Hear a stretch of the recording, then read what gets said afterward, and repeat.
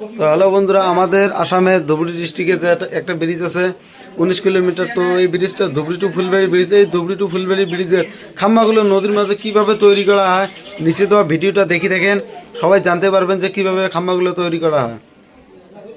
পানির নিচে সেতু ও টানেলের মজবুত ফাউন্ডেশন করার সময় প্রথমেই একটি অস্থায়ী ড্যাম বা কফার ড্যাম বানাতে হবে। কিন্তু কিভাবে সেটা? প্রথমে পানির তলায় শক্ত স্টিলের খুঁটি গেঁথে দেওয়া হয়। এই খুঁটিগুলোর চারপাশে শীট এবং স্পাইক বসানো হয়, যেগুলো একে অপরের সাথে লক হয়ে যায় যাতে পানি ভেতরে ঢুকতে না পারে। কিন্তু শুধু এক স্তর শীট পাইল দিলে পানি ঢুকে যেতে পারে, তাই ইঞ্জিনিয়াররা ডাবল শীটের একটি স্তর বানায়। তারপর দুই শীটের মাঝে বালু, সিমেন্ট আর কনক্রিটের ফিলার দিয়ে ভরে দেওয়া হয়। এই অবস্থায় ভেতরের পানি পাম্প করে বের করে দেওয়া হয়, যার ফলে চারপাশের পানির চাপ অনেক বেড়ে যায়। এই চাপে যাতে কফার ড্যাম ভেঙে না যায়, সেজন্য ড্যামের ভেতরে একটি স্ট্রাকচার তৈরি করা হয় যা বাইরের পানির চাপ সহ্য করতে সাহায্য করে। নিচ থেকে যেন পানি চুইয়ে না আসে, কংক্রিট সিলকোর্স ঢালা হয়। সবশেষে রড বসিয়ে ব্রিজ পিলারে বেডরকের উপর ট্রেমিং মেথডে কংক্রিট ঢালা হয়। পিলার শক্ত হলে কফার ড্যাম কেটে ফেলা হয়। এভাবেই পানির নিচে সেতু, পিলার বা অন্য কোনো কনস্ট্রাকশনের কাজ সম্পূর্ণ হয়।